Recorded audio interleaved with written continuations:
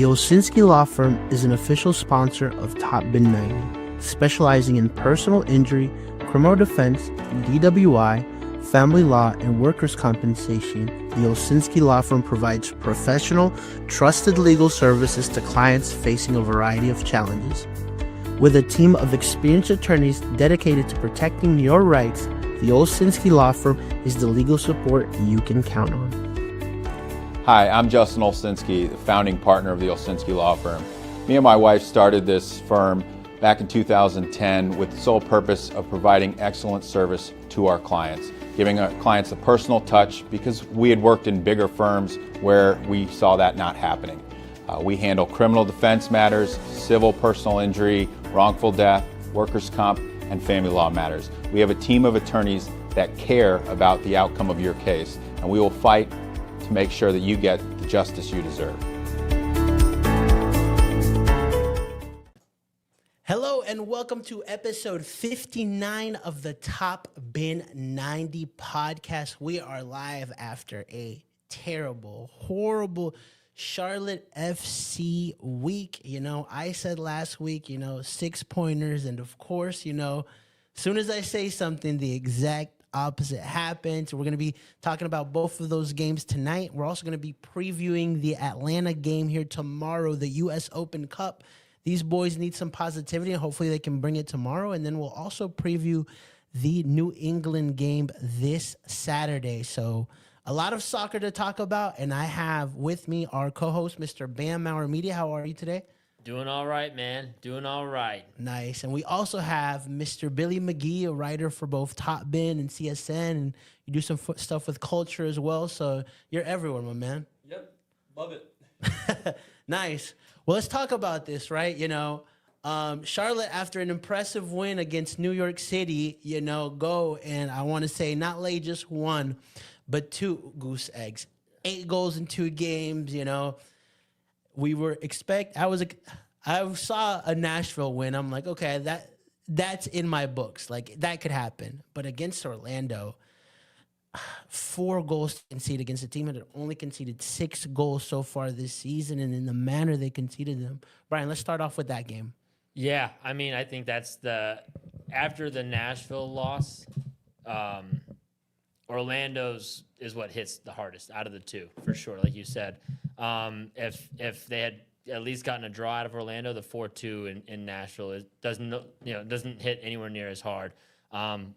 What Orlando did was Martin Ojeda did to Charlotte what Nico Fernandez couldn't as much in New York. They hit the ground running and were able to get goals and clean finishes.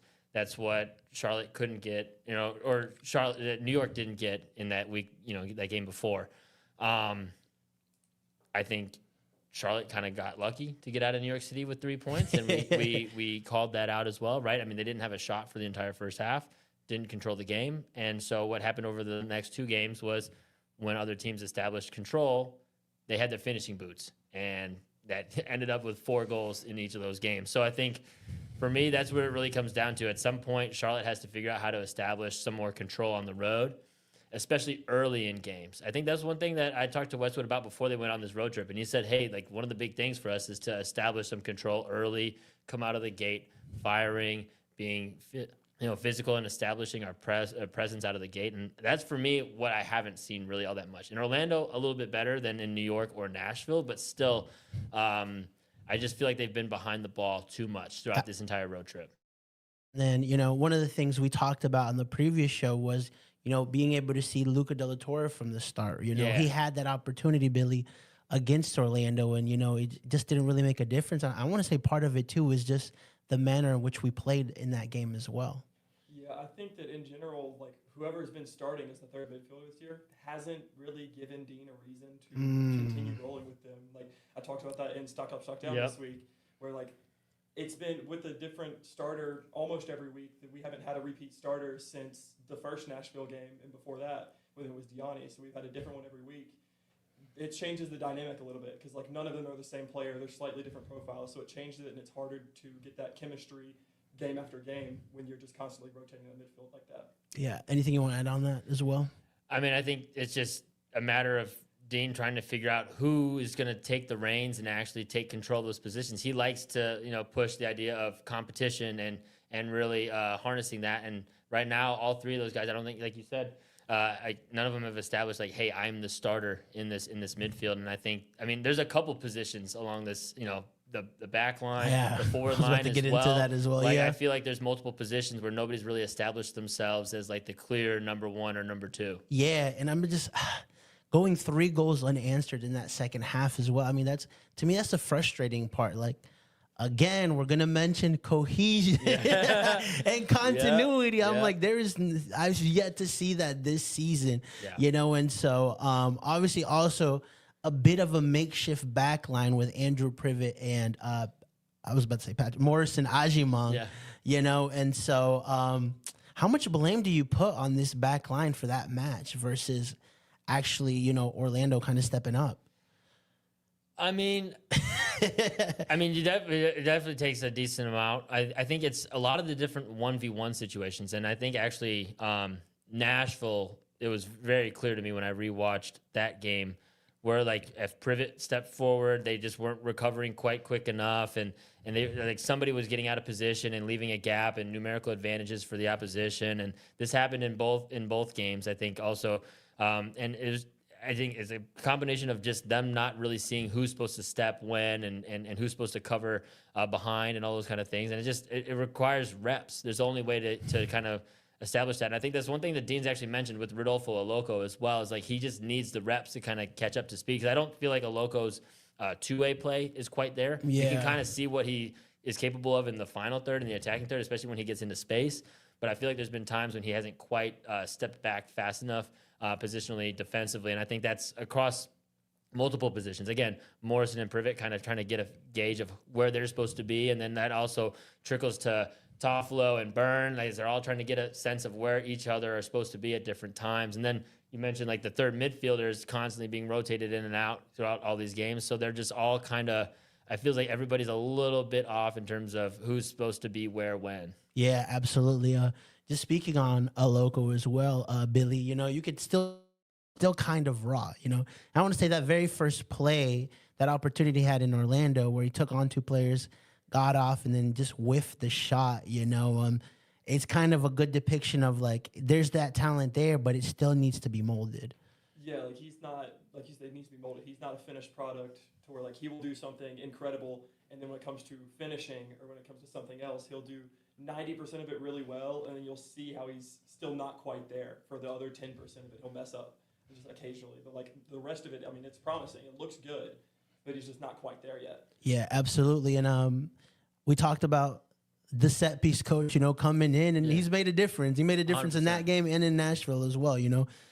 Another Pep assist, the first Morrison Ajimong goal. 2 Ajimong goals this week. Yeah. So this past week. So at least there's that kind of bright side a little bit to it, correct? 100%. And honestly, I thought Westwood's distribution from set pieces was also really good against Nashville. I think there were multiple corner kicks, especially in the second half, and there was a chance that Morrison he could have had a brace near the end of the game where he put him back post again, and almost the identical play as the first half, and he just couldn't quite get his head around on it and getting it centered on goal. But I felt like Westwood's just his set piece taking in this game against Nashville specifically was really, really strong.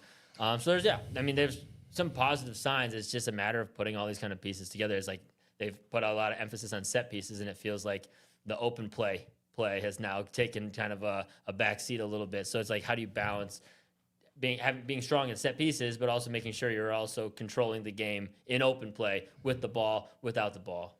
Absolutely, yeah. And so, we quickly talked about Orlando, right? And I just think the biggest thing is the disappointment of not being able to go and win that match. 100%. Especially good thing we're still in fifth, but those are 2 big losses, and also the manner of the loss is what really annoys me, and then they go from that match with an opportunity to show, okay, can you turn it around in Nashville, or is this actually an issue?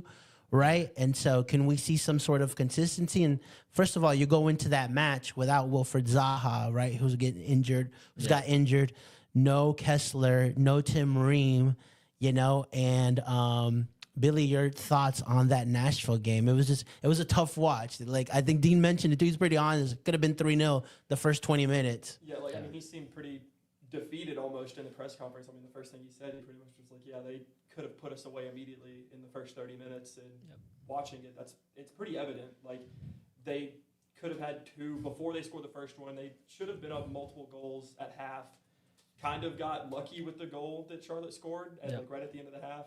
And you could tell, like, they were getting pulled out of shape defensively pretty easily. Like we talked on earlier, one-on-ones. When someone would step up, no one, like, it was a chain reaction of someone had to fill in. If they didn't fill in or not, it was just somewhere was going to be left open or a player would be left unmarked, and that's how they scored. I think all of their goals, at least three. I'm trying to remember how all of them happened. But at least Yeah.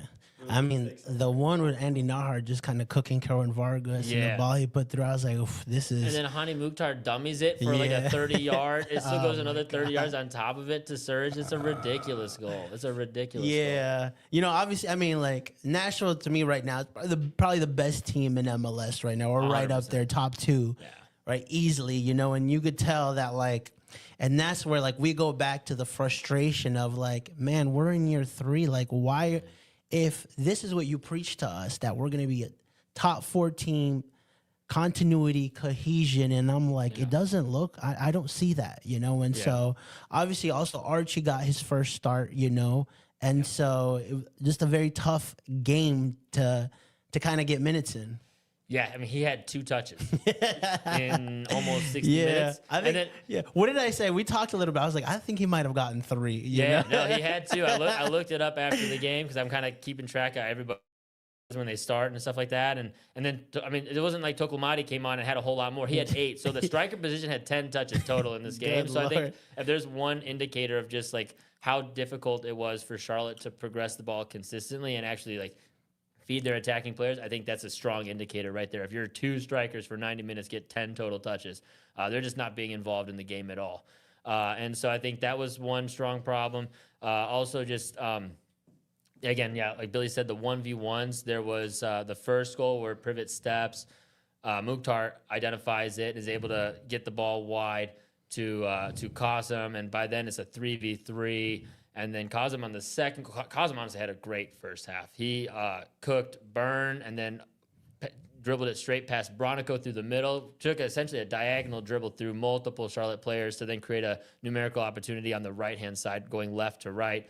And it was just I think Nashville just keyed in on like, hey, if we find a way to either beat our guy, create a numerical advantage, Charlotte really seems to struggle to figure out when to step, when to stay back, and how to occupy space in those, you know, I mean, any team's going to struggle when you have a numerical disadvantage. But, I mean, I think it just seemed like Charlotte really had a hard time recovering in those moments when it was 3v3, 3v2, and that's how they created, you know, like you said, like Billy said, like all of their goals. And so I think, again, the one bright spot in the Nashville game was that compared to, I think, last season, Charlotte seemed, even though they were down, to find a way to not completely be out.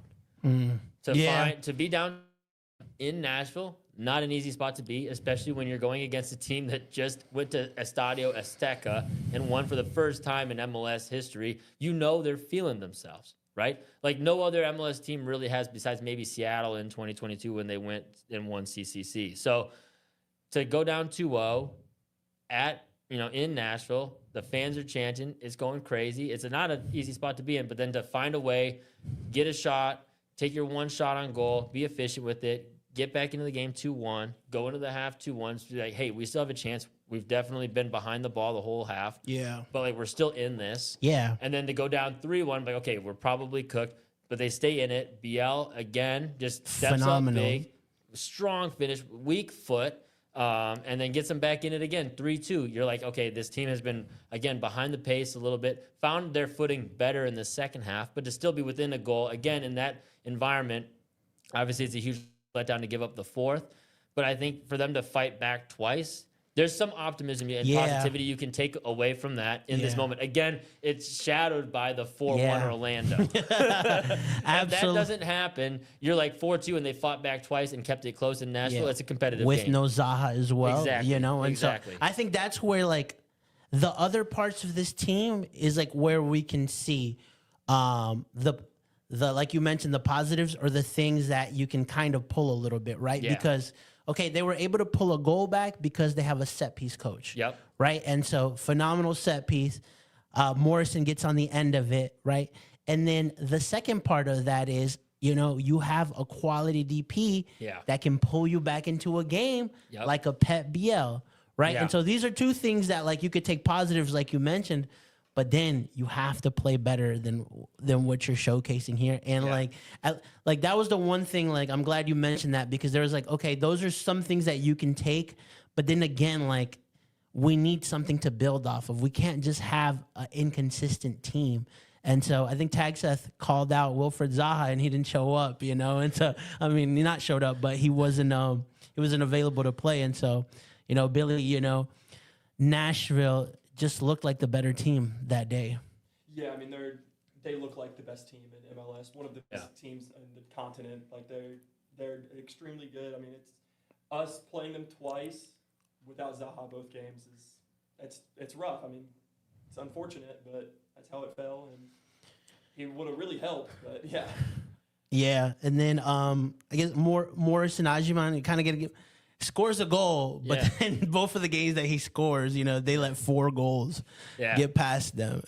Yeah, I mean, props to him. He's now amongst all center backs. He's most goals scored by a center back in Charlotte FC history. Besides, in open play, Fuchs had 3, but they were all penalty goals. So non-penalty goals, Morrison now takes the cake, which is something that Dean said in preseason. Was like, hey, I want more goals being scored by my defenders, by other players on the team. So props to Morrison for stepping up and finding a way to get involved in that way. Obviously, you got to figure out how to clean things up on the back end so you're not giving up 4 goals a game. But it was not just on Morrison. I think it's really a team effort. I feel like they're not really cohesive pressing right now from front to back, and so I think there's multiple situations that are causing the four goals a game. Yeah, I mean, 2 games, 8 goals against, not a great week for Charlotte. What has to change? Is it a mentality thing? Is it a tactics thing? What are you looking to change into this team, Brian?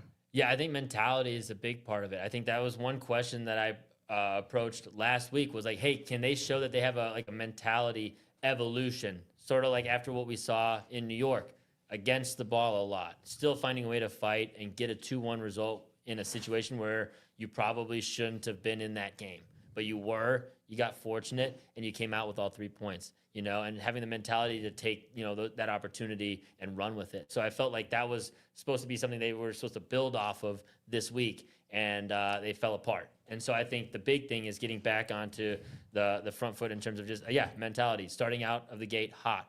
Definitely at home against Atlanta tomorrow, but then I think also against New England, because New England is also another team that has now caught them. Yeah. And I don't think a lot of people expected New England to improve this fast. And so for them to already catch Charlotte in the table and be unbeaten in like 6 straight games. Yeah. I mean, they have a lot of momentum. So being able to find a way, even with a team that has a lot of momentum, can you start out the gate hot? Nice. I'll pose the same question to you, Billy. What has to change about this team?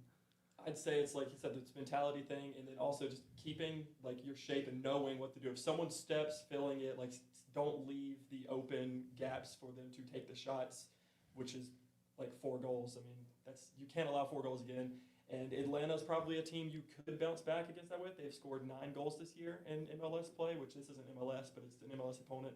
They scored 9 goals, and Charlotte allowed 8 over the past 2 games. If they allow 4 again, that's a major problem. Yeah, it's a huge red flag, But then I've also questioned, like we talked about, hey, you have enough depth in this squad, right? But I mean, against Orlando, you were missing both Tim Ream and Henry Kessler, right? Yep. And the team didn't look good. You were missing Wilfred Zaha, right? There's supposed to be replacements in this squad that you can count on for games like these past 2, and it just felt like there were the mentality and just the squad is just currently not there, which is very interesting to me because there were some positive signs in that home stretch. Yeah, and I think we thought maybe the depth had come a lot further than it clearly has. I think at this point, I think Dean has highlighted that he felt like they've improved in terms of depth, and But I mean, at the end of the day, like, you got to be able to show it on the field. And so if your key contributors aren't out there and you have to rotate and bring other guys on, can they step in and fill the gaps? That's one thing that Nashville has been able to do very, very well. We saw that multiple times when they rotated, against Charlotte being one of those times, and still finding a way to get all 3 points even when they had to rotate heavy. In this game, Sam Surge didn't start. Obviously, he comes on a half and has a brace, but at the same time, like, they're having to rotate because of injuries or because of multiple competitions, and still finding a way to get result pretty much week in and week out. And so I think that's just one other thing is, like, I mean, you're not going to be able to count on your starters being available every time. Obviously, I think down the stretch, you've got to have Pep Biel out there if they're actually going to make an impact in a playoff run or anything like that. But at the same time, there's just going to be situations that come up. There's going to be injuries that happen. There's going to be, contract situations like what what Zaha's going through. So there's just these things happen. And so who steps up in those big moments and finds a way to actually make the difference, I think is really also going to be the next factor. Absolutely. This is a great question that someone poses in the chat. So is it not a depth issue anymore? Is it a quality issue? I wouldn't say so much as a quality issue. I think this team has what it takes to push for a top 4 side. It just feels like there is no cohesion and consistency in how we want to play. And I think we've tried to evolve as a team, and it feels like these guys aren't comfortable with, however, the tactical changes that Dean wants to make. Where do you put that? I'd say it's like, I wouldn't say it's, obviously it's not quality. It's maybe a little bit of both. It seems like when they're on, they play better together than the parts. Like some of it is like the whole team is better than each player's individually. And then like we've seen several times this year, you have the players that can will you to the results, but it seems like the team is not playing well enough to be in the positions to where a Pep Biel or Wilfred Zaha moment can get you a point out of 0 or 3 out of 1. Because I mean, what the Pep goal puts you, you're still down when he scores that, and you score another one. So you're not in the positions for him to get you those results because the team isn't playing well enough as a whole. Absolutely. Brian, quality? Yeah, I think it's also just, and I talked about this a couple weeks ago when Caleb was on, and I feel like some of the experienced players, the veteran players, some of the key guys in this team, whether it's Westwood or Biel, I feel like they're going to have to, one of the responsibilities this year is going to be raising the ceiling of all their teammates around them. I think specifically, again, Toklomati being one of the key guys, like how do you get him involved in the game more? How do you get him more touches? If he's going on 8, 10, 15 touches a game, he is not going to make an impact ever. And so I think that's another big thing is how do you get also a Loco in a situation where he's more comfortable, right? If you're going to have young players like this who are inexperienced, who are maybe probably, at times going to rush in the final third, how do you find moments where they can be a little bit more comfortable and the game can slow down more naturally for them because they're in a position of one of their strengths, right? Finding him in open space where he's like, yeah, this is just natural for me and I don't have to think about it too much and I can just go and be me. I think those moments, how you set up young players like that is going to be really key, even for Vargas and stuff like that. Like I feel like for all these guys, I think how do you, as the experienced guys in this team, whether it's Westwood, Biel, defensively, when Tim Ream comes back, like how do you set up some of the younger guys around you to raise their ceiling? And I think that's getting them involved in the game, getting them touches, especially in places where they're, again, comfortable and capable of making an impact without having to put in too much extra effort. Obviously, there's going to be time when you have to, but can you just find ways to get them in positions where they're at their strengths? Yeah, I like that a lot. That's like a really good shout. It feels like that. It feels like certain players they're fighting really hard. Yeah, I think too hard. Yeah, or even I think Idan Toklomati is the best example that we're not utilizing the best abilities of him, and a lot of that to me is more on the tactical side of how we're setting up or how we're trying to get him involved. And so even Archie. Archie's game is not going to be touching. Playing getting involved in the buildup of a goal, right? He's going to be more the end product, more the player with the spark. We saw that a couple matches ago, and so. But Idan Toklomati to me stands out specifically on what you said. So, yes. Also, let's talk a little bit about. I want to say, and you touched on it as well. Like one of the few bright sides here is Pep Biel. Yeah, who continues 100%. To show us that this guy is quality. Yep. And so assist and a goal, right? He can only do so much. Yeah. And I think, again, it comes down to volume. Can you get him on the ball more? Because when he is on the ball, really as much as possible, just really good things happen, especially if it's around the box. I think, again, he only had maybe 33 touches in this game, somewhere in that range. So that's just, for me, again, not enough. When you get him more in the 50, 60, 70 touch range, now he's on the ball just enough to where he's actually making an impact, finding his teammates, getting them involved. I think those are all part of it. It's like, how do you get Westwood on the ball as much as possible? And then that helps feed BL, and then that helps feed the rest of the team in front of him.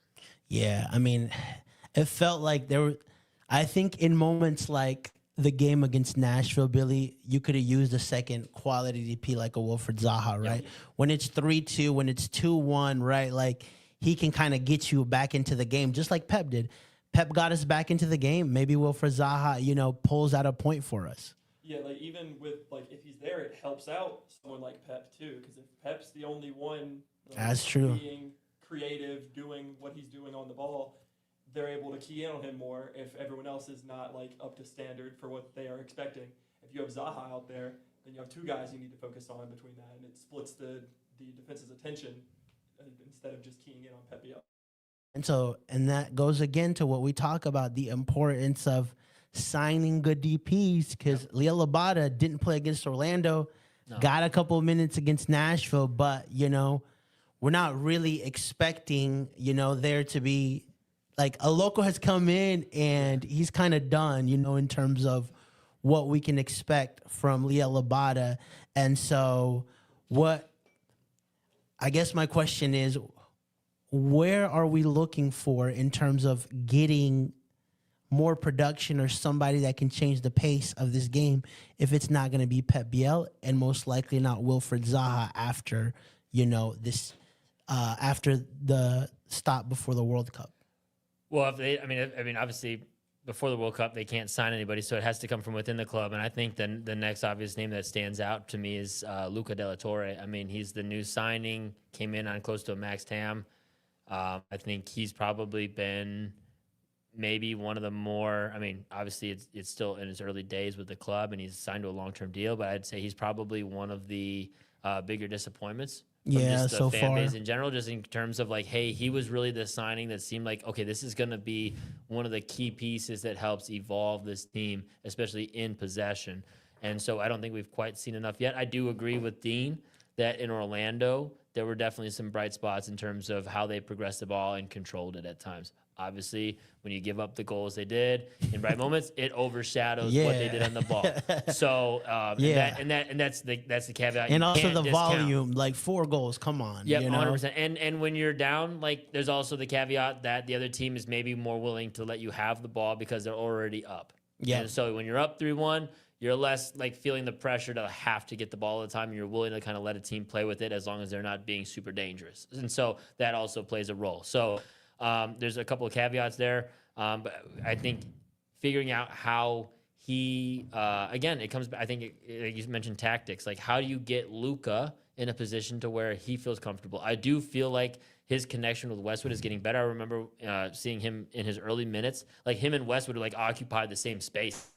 They're just he doesn't know where to go when Westwood's here and that he's pulling in the wrong time and these kind of things. Whereas now it seems like in the Orlando game, I noticed specifically he flowed with the team from side to side a little bit better. So it's okay, he's starting to get what Dean is asking of him. But now it's how do you get him in a strong position to where he's also doing what he brings to the game best, which is being on the ball, making progressive carries, progressive passes, just distributing and getting the ball forward. And so you got to find a way, I think, to get him involved in this game and in this team. Because I don't really see another person another player that really can make that next jump. And it's he was brought here to jump. Raise that midfield as well, right? 100%. And I feel like there's a level to him that we haven't seen that I don't know if we can be if there's a whole nother level to Kerwin that's really going to jump. Kerwin's doing Kerwin stuff, and it's he's a high floor player and he's capable of setting the standard two-way. He'll get a goal here and there, a contribution like he did in this last game. But he's it's a fair shout. Setting the standard, right? In terms of just being a high floor two-way player. Luka is supposed to be, for me, I think, a ceiling raiser, a guy who's capable of making the difference. Again, feeding BL, feeding these guys in the forward line, and really ball more often and in dangerous spots. And so how do you get him in a comfortable position to where he can then do that and be at his strengths? Yeah. Billy, anyone else that you could think of that deserves a shout that could be, outside of Zaha and Pep, a player that, can make a difference? I think it would just be a Loco just developing as he gets more minutes with the first team. It's like obviously he did really well for Crown Legacy. Yeah. And it is a big jump from MLS Next Pro to MLS. And he's looked good at times, like we were talking about earlier. But you can still tell it's an unfinished product. Yeah. So as he gets more minutes, as he develops a little bit more, I think that he can be that eventually. Absolutely. I would also add, if we can, I think Idanto Clomati can also be that type of player. Yeah. For us. I mean, I've seen enough from him from last season and parts of this season too, where, he is a quality player. He is a guy that can make the difference in this squad. But I also think that there is like an internal pressure. And I think Wilfred Zaha actually mentioned that at the beginning of the season. Like the 9. You are wearing the number 9, bro. So like people are going to be on you more, and rightfully so.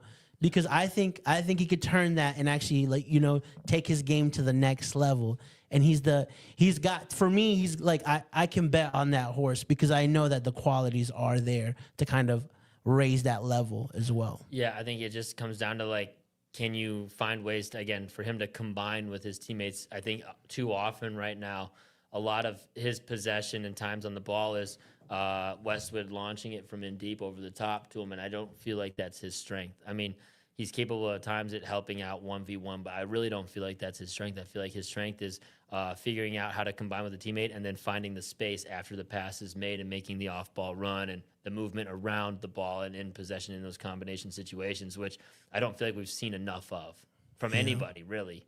Even BL. I mean, there's times when BL and Zaha have made those kind of 1-2 combos and things like that, but so much of it is few and far between, and only these bright spots. It's like, hey, we need some longer spells of this. Absolutely. Let's talk about Christian Kalina as well. He had a great first save against Nashville. Yeah. But letting 8 goals in like, how much blame do you put on Kalina and how much blame do you put on, just the team not being there? Well, in the Orlando game, I feel like the chances they took were pretty good. Like the first goal was really nice. Yeah. I mean, Trivella outside of the boot, just curler, tough to get to. Even the Ojeda goal, the second one, I mean, far post, I mean, blasts it. It was the third goal against Orlando, the set piece where it's like near post. Definitely feel like he should have been doing a little bit better. And I feel like that was the sign of like things are a little bit uncomfortable at the back. And then in the Nashville game, I feel like there were definitely still some more nervy moments from Kalina and really from the team in general. Obviously, he makes that first big save, which is honestly, I feel like it's sometimes at Kalina's best strength is 1v1. He's just very good at being big. And getting kind of spread out there. In the 1v1s, even when I'm like, we have a shot because Kalina's there and we blocked it, know, and so yeah, you're right. Keep going. Sorry. Yeah, but I feel like some of those other moments, they're just a little bit unnervy. The fourth goal, I think, was one where you have the corner kick, nobody's able to really claim it and clear. Not obviously, I think, just on Kalina, but just as a team in general. In the box, it's like a moment you're only down a goal. You found a way to fight back into this game and to not clear the ball properly and then give them a moment where Hani Mukhtar is able to take that shot and then Serge is able to deflect it in. I feel like you got to find a way as a defensive unit, Kalina being the leader of that back line and that just back defensive unit. I think you got to find a way to lock that ball down and not give them a chance. Yeah, and I mean, I think part of it is like you're expecting also Kalina to get a lot of volume, a lot of shots on, and so to me is also that he's gonna save you at times, and he may have an occasional blunder. Yeah, but also like the team has to be there for him, and to me it just feels like that. I would lean more on that side. Although I do agree, there's certain goals that are preventable that he could have done something, but then again, he has saved us in other matches. Billy. Yeah, I mean the Orlando game, the first two what Brown was talking about, he didn't react to them. He didn't dive or anything. He didn't get to them. So he can't really do anything about those. and like the free kick one was bad. It looked like he got a late read on the free kick, and after the referee set it up for him to where he could see, like he made the Orlando player move out of the way so he could see like through the wall, and he got a late read on it and allowed it. So it seemed like once it started going down, it kind of would spiral defensively. Like after those first two went in, it just was just unlucky from there. It's like he should have prevented some of them, but it seems like when you're already like that, down two on it. Yeah. Struggle. Like yeah, I think that's where you mentioned mentality, where it just you feel like you're gonna lose that game, even though there's been moments that like can turn around those games. When you're 2-0 and you go 2-1, there's a little bit of hope. When you're down 3-1 and you go 3-2, there's a little bit of hope as well. But yeah, mentality should tell you I need to make sure that this team stays in this game, because if we stay in this game, you could snag something at the end 3-3. Hey, we'd all be happy. 1 point after 100%. This not so great performance. I'll take it any day and twice on Sunday. Yep. All right, let's move on and talk about a couple of games coming this week. Obviously, they have a great opportunity tomorrow to kind of trigger a bounce back for this team. Atlanta United, who's not a great team, right? They're 13th in the East. Tatas came in. Things still haven't been there. Lati Lath, we were promised was going to be the greatest striker in the world, right? And he's not delivering. Brian, what do you make of this Atlanta squad, and what kind of opportunity does Charlotte have tomorrow? I think this is a huge opportunity for multiple reasons. I think it's an opportunity for history to be made, which I think is a huge momentum swing. Yeah. If you can be the first Charlotte FC club to get to a quarterfinal in the U.S. Open Cup, I think that's a big deal, and I think that can't be overlooked or just missed. I think that's important. I think fans rally around a deep knockout tournament run. I think there's just something to those kind of events that are just that are special and unique, and there's something about a one-off knockout game that I think brings a different type of intensity, whether it's just in this game if they win tomorrow, but going advancing into the quarterfinals and maybe even further. I think there's just a lot of momentum that can be had, and then on top of it being your southern rivals, a team that's struggling, a team that Miguel Almiron has been out the last couple of weeks, so if he's also out, they're at a pretty big disadvantage. He's pretty much their key guy, so you have a lot of things in your favor in this moment. The whole draw for the U.S. Open Cup was in your favor. So I think this is a huge moment for Dean to also just get this monkey off his back in terms of just advancing past a first-tier MLS or Liga MX side. This is a prime opportunity. You're at home. You're against a team that's struggling in MLS play, that's struggling to I think Tata said recently, he's like, if I wasn't Tata, I probably would have been fired already. A post about that recently. So, they're clearly not in great shape. And they're relying on sort of the nostalgia of 2017, 2018. And that's what they were hoping to bring back, and it just hasn't worked out so far. And so I feel like it's a prime opportunity for this club to really rejuvenate after the last couple of weeks. Absolutely. Billy, if you're Dean Smith, what's your lineup looking like tomorrow? You're going pretty heavy, closest to the starting 11 as I can, or are you, continuing to rotate, right? Because these games have been coming in quick and fast, right? And so we saw the negative side of that with Harry Toffolo getting injured against Nashville, and he even mentioned that, I think, post-press at the press conference, I probably should have rested him for that, and we suffered because of that, and so how much of a starting 11 are you going for tomorrow, or closest to what you have available? I think I'd go pretty close to what you have available, because you're farther into the tournament now. It's against an MLS side, but you still rotate some, because this is the third straight week with the midweek game. Yeah. So you have a game on the weekend right after too. So you have these games one after the other, multiple in a week. It's tough to keep running your best side out there because someone's going to get injured. But with now being in the round of 16 against better competition in the U.S. Open Cup, you still have to run out some of your starters and some of your quality players out there to give them a better chance at winning. Absolutely. Brian, plain and simply put, is Charlotte FC cooked? Atlanta rotate? They haven't had that many days to watch tape on the regular starters, so they have that going for them. Yeah, I mean, I think the main thing is I would run out pretty close to their best 11.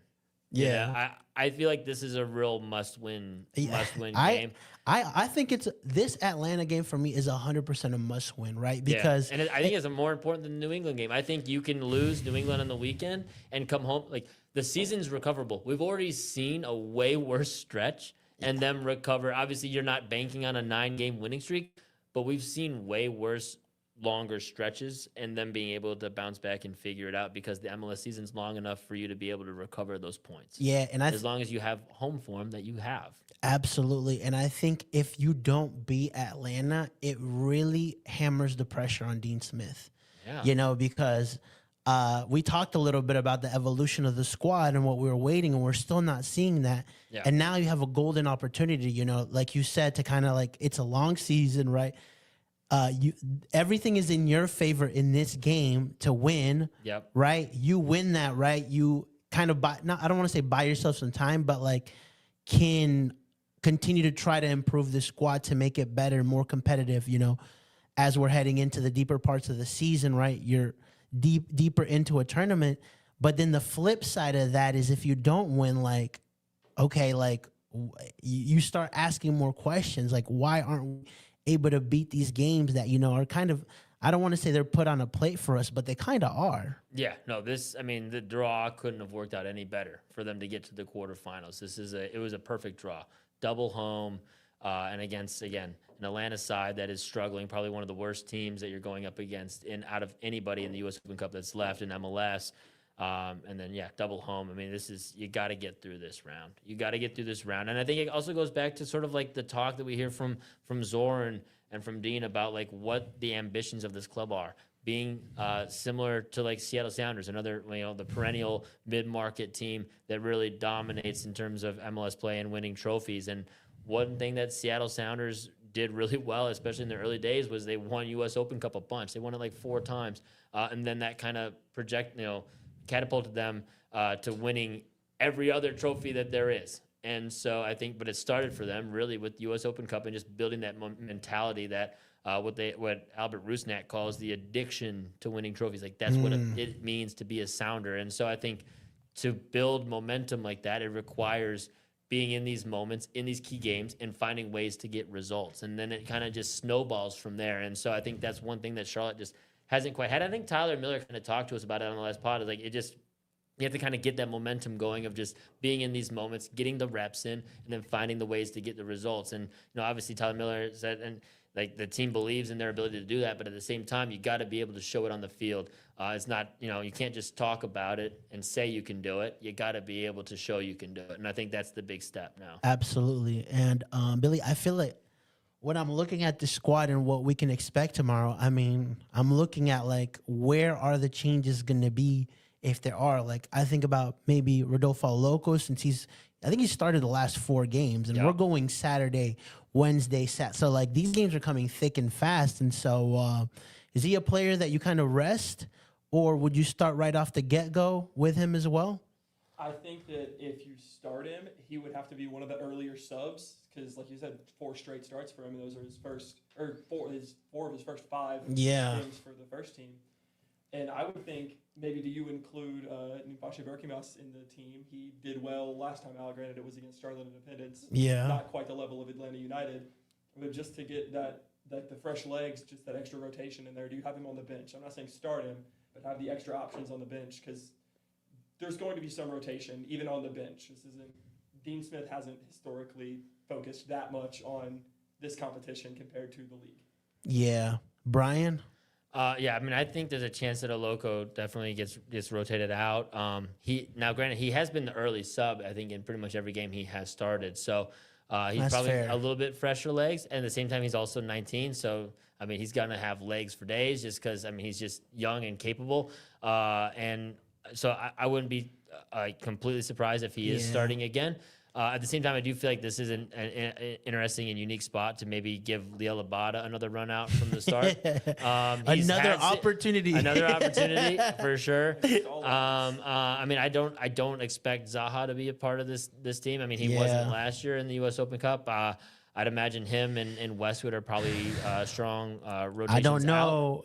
Or like think? you're saying from the start. No, I think they get They get rested? You think Dean learns from last because he rested him last year? Do you think he learns from that? I and think the keeps him pressure is around? different. Even with Yeah. the pressure that he had today, you know, like Yeah, that's I pretty think intense. That was a different Dean today. I think that tells me like, hey, like I know that like I'm being asked to do more now, you know, and Yeah. so like, hey, we're thankful where we're at, but like we want to see the progression. So I'm assuming if Ashley Westwood and Zaha don't start, they're at least on the bench. Okay, Like, he has to. Interesting. Yeah, you know? I mean, I would prefer that. I think probably one of the more outspoken people last year when I saw them rotate it out. That I was like, hey, this shows that you have a lack of commitment to this competition when you're in the round of 16 and having to go on the road. Obviously, 3-3, and they had the opportunity to get the win without them. But at the same time, you bring those guys, and that's the difference. And you're not even in that spot. And I feel like there's still a level where maybe it's just sort of naivety from Dean, not thinking the U.S. Open Cup is that important.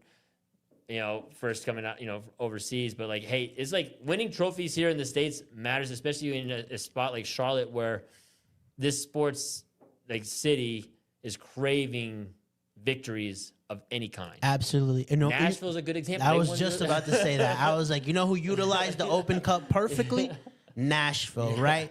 New coach, right? In BJ, right? Was able to figure out how to win the Open Cup, right? Yeah. And that has led now to not only qualifying to CONCACAF Champions, right? But also they're leading the East. They're one of the best teams here. Yep. You know, you had to bring in quality players because you're in multiple competitions as well, right? You attract a Christian, you sign a phenomenal free agent, right? So that was part of the catapult, right? Yep. Also, you give this club their first ever trophy in history, right? And so to me, if I don't see Westwood or Zaha on that bench, because I think he mentioned both of them are available, right? Yep. And they don't win, then that is a very, very big thing that you can really criticize. Like, hey, like we need a trophy. We need to see progression, and this is a perfect opportunity to do so. 100%. Yeah, I totally agree. Nice. Billy, anything you want to add to that? I think you covered just about all of that. Awesome. All right, so give us a little score prediction for this match in particular. What are you expecting? I mean, I think Charlotte should control this game. I think it's back at home. I think it's quite a bit different showing than they do on the road. And I'm pretty confident in this group being able to bounce back and control things. I think they win 1. Nice. Billy? I was gonna say 3-2. Okay, nice. I'm going to say we get it. Nah, I think we'll win. 2-0. Actually, Well, I was gonna say you might want to reverse that after how we've seen the last couple of weeks that your predictions have dude, been. yes, I have been a 180 to everything I've said. Hey, we're gonna play our best game, flop. Hey, we're gonna get 6 points, 0 and 8 goals against too. So it's not even just like getting the prediction right. It's like a whole opposite of what I'm saying, which is kind of crazy. Actually, before we move on to New England, I did want to ask, and I didn't get a chance to ask before the score predictions because I forgot. My bad, guys. Would you go and start Archie again, or would you go Idan Toklamati this round? Billy, I'll pose that to you first. I think that I would start Edon for the Open Cup game. Okay, nice. Any reason why? If we struggled to get Archie involved at all when he played on Saturday. Like Brian said, 2 touches. Like Yeah, that's tough. You know, you get your first MLS start and you get 2 touches. Yeah. It's a tough one. I really feel like it's neck and neck because I think they like Archie up until his start had a lot of momentum going his way. Yeah. And it reminded me of the Archie start reminded me of one of Patrick Agiman's first starts when they lost 4-2 in Columbus, and Westwood said, "Hey, we let Patrick down." I feel like that's what this Archie start kind of was a little bit. Was they kind of let him down and weren't able to get him involved in the game at all. I would probably lean Archie for the Open Cup game. It was kind of his competition, and then I want Toklamati available again from the start for New England. I think you can still. I mean, Archie was subbed out pretty early, 57th minute. I think I would give Archie the run out. I think Toklo's still the clear starting number 9, like moving forward. I don't think Archie is, taken that job from him by any means. And so I think Archie's, for me, would be a good option as the starter in the U.S. Open Cup run. and then so like 1A, 1B. But definitely keep Tokomati available. I mean, either way, that's like one of your strengths. Yeah, you're good whoever starts. Yeah, no, Seems and like so whoever comes off the bench usually has the better game. yeah. yeah, they'll both be praying not to start. Yeah. That is what I'm hearing One from of the you unique guys. number 9 situations in MLS. Yes. Also, rotations in the back. Obviously, I think Dean mentioned today that no Henry Kessler still, but Tim Ream is available. Is it time to are you putting him in already, given how Andrew Privet and Morrison Ajiman just let 8 goals pass by you? Do you continue with that center back pairing? What are you doing, Brian? I mean, I would put Tim Ream right back in. I have a feeling that Dean is going to save him for New England. I just feel like that's kind of... I think so, too. I feel like it's still in Dean's DNA to kind of get his main guys. If they're not quite fully fit and they're not going to do the extra minutes, prepare them for the league, because he weighs the league more importantly than U.S. Open Cup. I don't know if he changes that completely overnight at all 11 spots. Yeah. Like you said, I think it's a good indicator if Westwood and Zaha are available that he's changed his ways from 2025. Yeah. But I could see him being like, well, Tim Ream's just coming back. I'd rather have him be in New England than against Atlanta at home. I can get away with Privet and Morrison again in Charlotte. Yeah. Do you slot Tim Ream back in, or do you wait? I would wait just to give them that extra little bit of time, just so you don't maybe rush it. I'm not saying he's not ready now, but you don't want him to go back out there and then maybe tweak something and then have him longer, because we've seen what happened without him.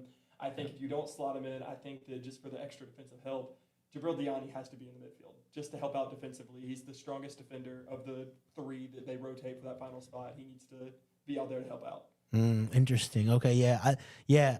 I think I would I think I'm on Brian's side. Where if it was me, I'm putting him in because I'm trying to win this match. Yeah. It's more but yes, but given the nature of Dean, I think you're right. I think he's gonna wait. Yeah. Hopefully he has him on the bench just in case, because we're very thin on center backs right now. Yeah. And so I would imagine at least we see him there. And it's a shame for Henry Kessler, because this was the perfect opportunity. A lot of games coming thick and fast for Charlotte FC, and he's not available again. But also that this may be an early indication, right? I mean, they can this strategy that they've been implementing with players that have had really harsh injuries and coming in here, it hasn't been working. No.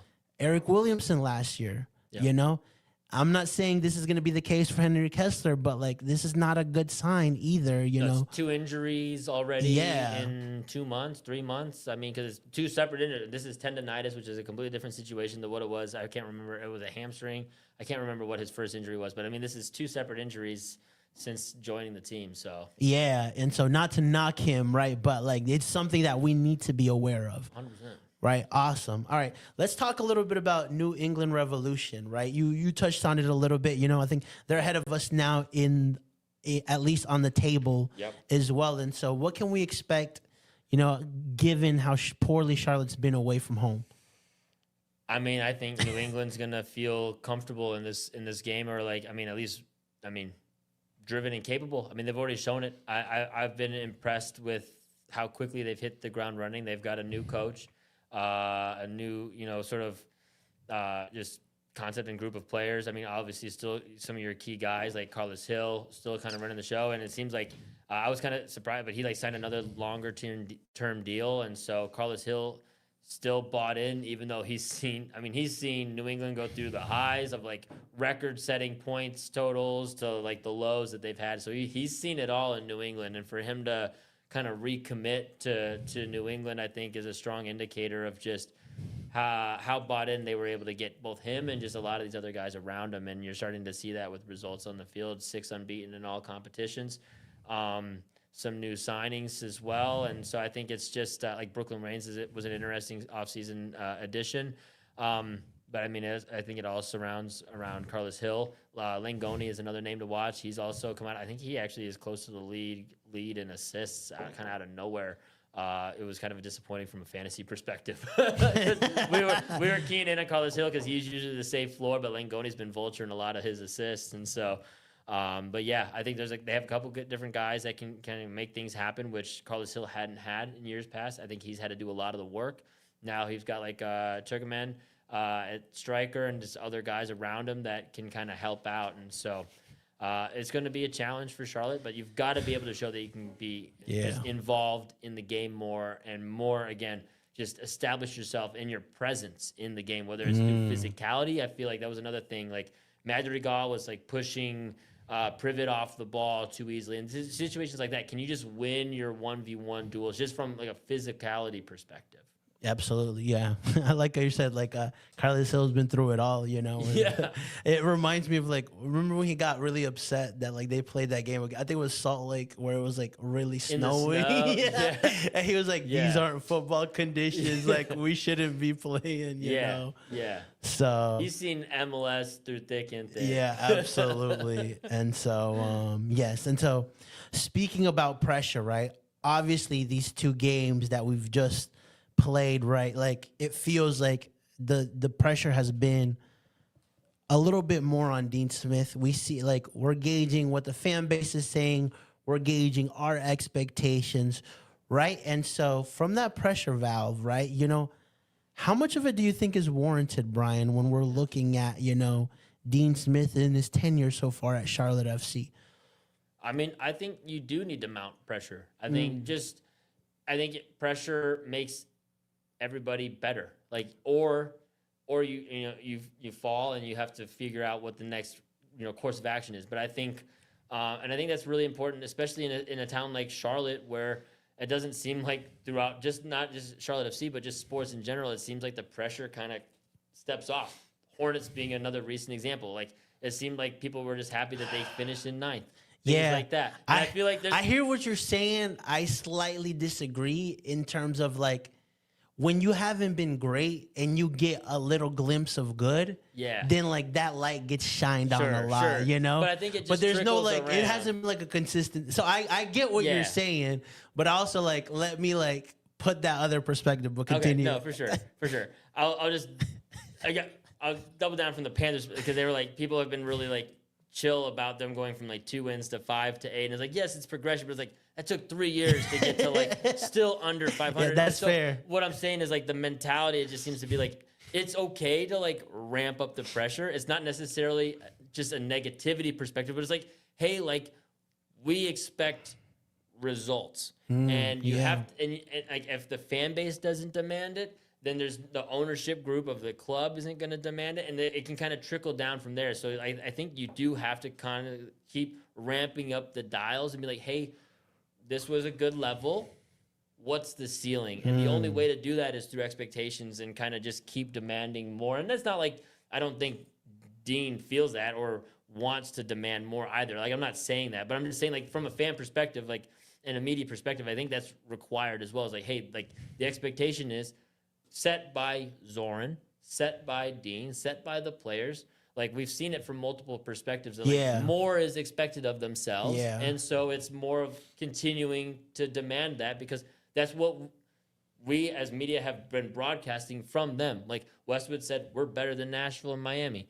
Dean has said top 4 is the standard. We're pushing for trophies. Zoran has said, we're aiming to be Seattle Sounders. Like, these are all things that we've just kind of megaphoned from them because we've heard them talk about it. And so it's absolutely. I think the only expectation is to just keep amping up that pressure because it's a requirement. And if you stop having that, putting that pressure on them, I mean, I think that's where you start to lose track. Yeah. Billy? The last thing you want is a complacency issue. Yeah. You don't want to settle for what you did last year. You want to improve. You want to be better than what you did the previous year, every year. Yeah, absolutely. And I think also I would add that, like, this team has the quality for it. You know, they have the quality, right? And so what we're expecting is to see the jump, right? And so, I mean, I'm 100% there with both of you guys. You know, there should be some sort of pressure, right? And I think for me, it's just dependent on, like, what's been going on. The last 2 years, we've seen a positive. We've seen a certain floor for this team. Okay, it's time now to get to the next level. Yeah. Now, if we were going, like, that's why the first year we're like, this is great. This is phenomenal. You took a very inconsistent team, made them hard to get scored on. You finished 5th. This is phenomenal. This is great for year one. Hey, we didn't go through in the playoffs. Okay, that's something to improve on, right? This year, you get to top 4. Last year, you get to top 4, right? You know, through the season, there were moments where it wasn't great and you were able to turn it around. Yeah. And, you know, we kind of feel unsatisfied with the playoff run. But, okay, this is the year now, right? And that's how it should be, right? Like the previous years give you a better expectation of what to expect, right? And also, like you mentioned, you guys are telling us that this is the expectation. Yep. We're getting told that, you know, the level is supporter shield. Like that's what is actually consistency that rewards trophies, right? We're not close to that right now. Yeah. You know, if anything, this last week proved that we're further from that than actually being closer to it. So, awesome. I think we're all on the same page with that, right? And then I would also say, like, I think the league also provides that pressure as well. Here's another example. Last year in the MLS Cup playoff run, the conference finals consisted of all first-year coaches. So the idea that you have to maintain everything for a longer term just to keep a floor is like all 4 of them were first-year coaches. And you see first-year coaches, second-year coaches come in and make an impact and are able to raise the ceiling faster. And I think so when it comes like long-term, that has to be in just everybody's mind in terms of just like if you're not able to raise the level year over year, like around the league, you're seeing that that's kind of continuing to be the standard.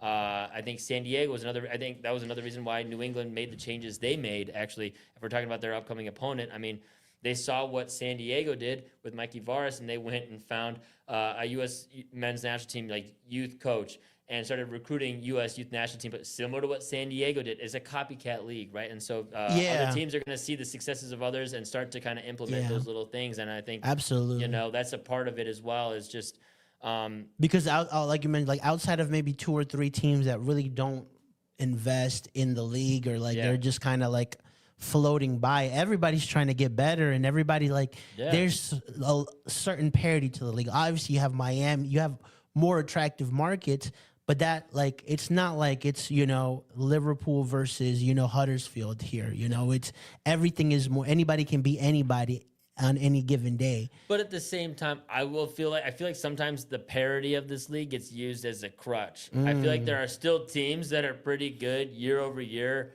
parity or not. Like but I think that goes in moments. Like, you know, I mean, Cincinnati has been consistent for the last 3 years, right? Since Noonan took over. Yeah. Right now they're struggling a little bit. But 3 years ago, you know, before that, it wasn't great. You know, there was New England was really good for a while. Then they kind of dipped. Yeah. You know, so I think like to me it gives ebbs and flows as well. Like I can't think of a team for who the last 6-7 years have actually been right there at the top. Seattle. Maybe. I would say besides the 1 year they missed the playoffs, but they won CCC that year. So, like, I mean, if you make MLS history, I'll give you the benefit of the doubt of not making the playoffs that same year. I mean, Cincinnati now, I mean, since 2022 has been, averaging 60 points. 3-4 years. I mean, I think this year they've obviously gotten to a slow start. But, I mean, I still expect Cincinnati to turn it around. That's just what, for me, I've seen from Noonan do year in and year out.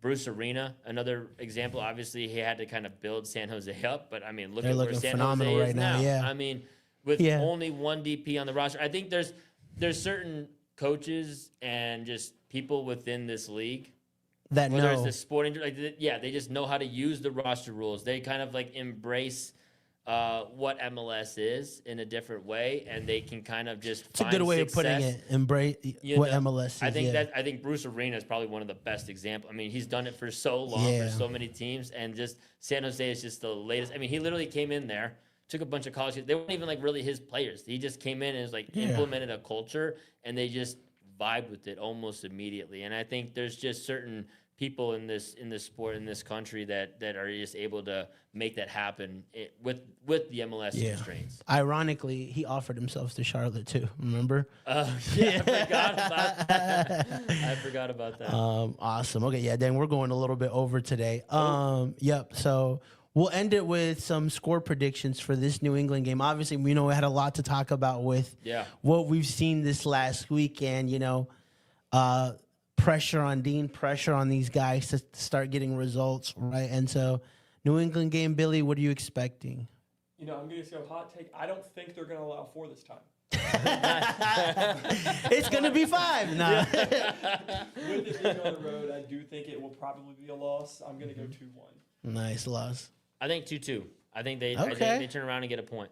Nice. I'm going to go 2-0. Charlotte lose. And so They're winning for sure. Yeah. So hopefully like that could turn around some of the luck of this team, you know? Yeah. I mean, partially is I'm not confident in Charlotte anymore. I don't know what to expect. Yeah. And that's a very difficult position to be in when you can like I'm not sure what I'm going to see from Charlotte. Am I going to see a better version that's going to fight that maybe Pep Biel pulls us out, or are we going to see the first 20 minutes against Nashville, the first 20 minutes against New York? Yeah. You know, and especially on the road. I think that's honestly probably been the most disappointing part of just Charlotte in general right now is like it seems like it's the 3rd straight year of like, oh, the difference between home Charlotte and road Charlotte is still like gaps big, apart. yeah. And it's like, how has that not changed in 3 years? Absolutely, yeah. So with that said, Brian, where can people find you at? You can find me on X at Bam Bam, our media, written content at topbin90.com. Nice. And Billy, where can people find you? Find me on socials at I am Billy McGee and written content at College Soccer News and Top Bin 90. Awesome. We're Jorge Gonzalez. We're Top Bin on all our socials, Top Bin 90. And with that, another episode concludes. Hopefully, we have a way better week than we did last week. And so we went from a very big high to a very big low this week. So over and out. Thank you, everybody, for pulling up and showing up.